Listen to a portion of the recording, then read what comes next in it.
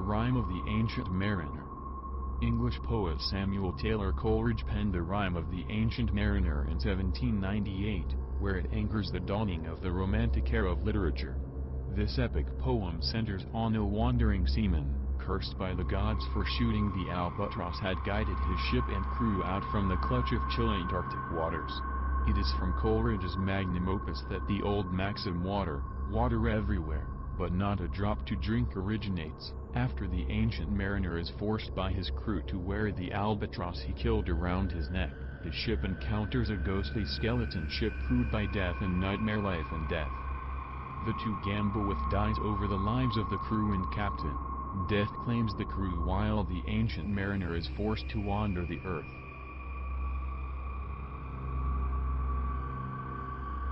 The Mary Celeste. One of the most famous actual ghost ships, ghostly at least, is the Mary Celeste, a 282-ton brigantine merchantman built in 1861. The Mary Celeste left New York City on November 5, 1872, on what would be her fateful final voyage. Exactly 1 month later, sailors on the De Gracia spied the Mary Celeste in the eastern Atlantic Ocean heading in the direction of the Strait of Gibraltar. Aside from the several torn sails and a missing lifeboat, what it was without was a captain and crew. To this day, the exact reason for the disappearance of the Mary Celeste's complement is unknown. Theories center on the cargo, 1,701 barrels of commercial alcohol of which 9 barrels were empty. Rumors that hot tea was found in the ship's galley have been discounted, but the Mary Celeste did have a full 6 months' worth of food and water aboard when discovered.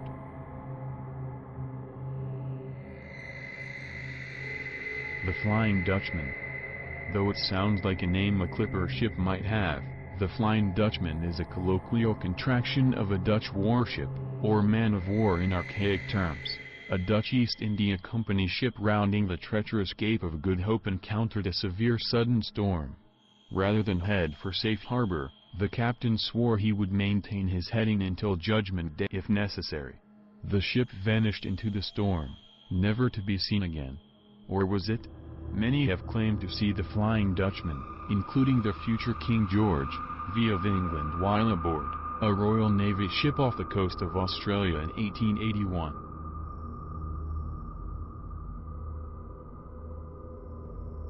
The Caroline Deering. Think mysterious ghost ships are exclusive to the 19th century? The Caroline Deering begs to differ. On January 28, 1921, the Cape Lookout lightship encountered the ship off the North Carolina coast. The large 5-masted cargo schooner looked to be in rough shape and had lost both her anchors, according to one of the crew members who shouted this information to the lightship. 3 days later, the Deering ran aground on Cape Hatteras Diamond Shoals with nary a soul aboard. Theories ranging from mutiny to piracy to the paranormal effects of the Bermuda Triangle have been put forth to explain the disappearance of the Caroline Deering's captain and crew, but almost 90 years later, the ship's final days remain shrouded in mystery, as do the fate of the captain and crew, none of which were ever heard from again.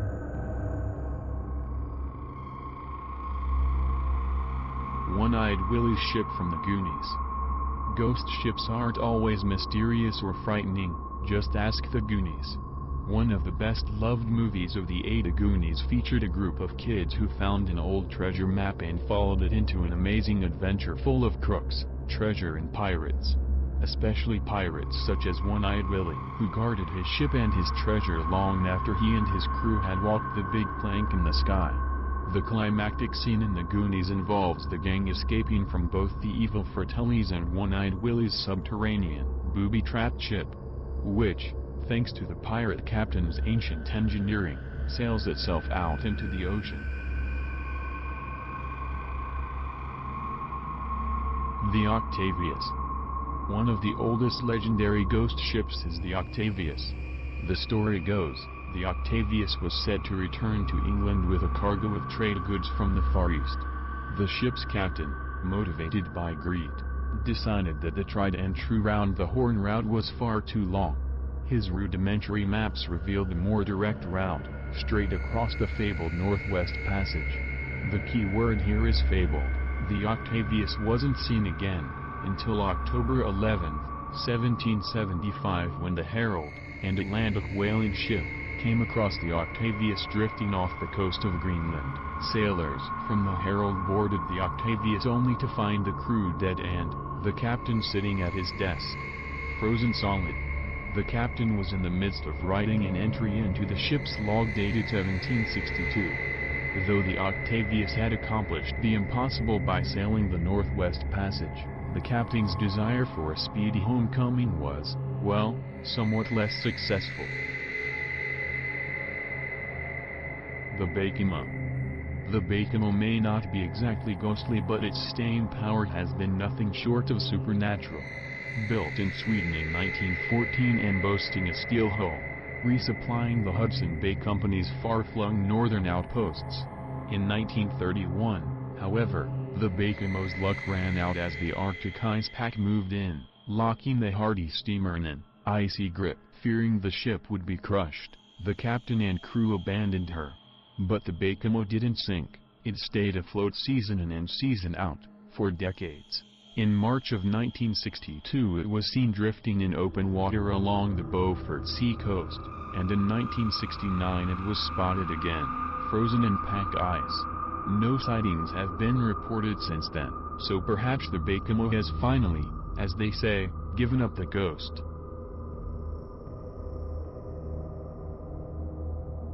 Ghost Ship, the movie.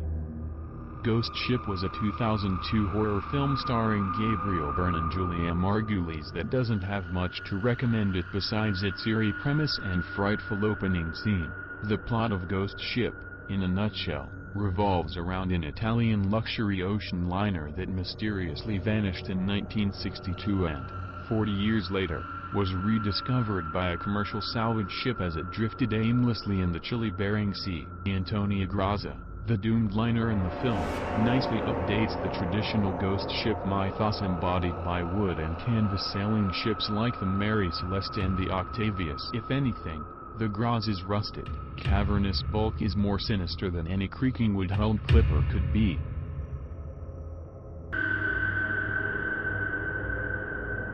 Cause 2. From ghost ships to the ghost yacht, the Cause 2, a 32-foot, 9.8 meters, catamaran, was discovered drifting 88 nautical miles, 160 kilometers, off the northeast coast of Australia on April 18, 2007. No one was aboard and there were no indications of why the three-man crew was missing, how they left, or where they might have gone. The mystery of the Cause 2 has been compared to that of the Mary Celeste. The story of the Cause 2 doesn't stop with the disappearance of the crew. When investigators boarded the yacht on April 20th, they found the engines were running, a laptop computer was on and the crew's midday meal had been laid out uneaten. The yacht carried its full complement of life jackets and a small emergency dinghy was tied up near the stern, commented John Hall of the Queensland Emergency Management Office. What they found was a bit strange in that everything was normal, there was just no sign of the crew. The Black Pearl? Fans of Disney's Pirates of the Caribbean film series are quite familiar with the Black Pearl, Captain Jack Sparrow's black-sailed pirate ship which was raised from the ocean depths by Davy Jones in return for Sparrow's soul. For many, the Black Pearl is the archetypical ghost ship, usually seen surrounded in night mists and crewed by undead pirates, cursed by their theft of gold coins from the chest of Cortez. The Black Pearl was said to be the only ship as what can outrun the Flying Dutchman, thus linking it to the long and storied history of the world's most legendary ghost ships. The film series producers also called up other long-standing legends of the sea, such as the monstrous kraken that swallows Jack Sparrow and sinks the Black Pearl at the climax of Pirates of the Caribbean, Dead Man's Chest.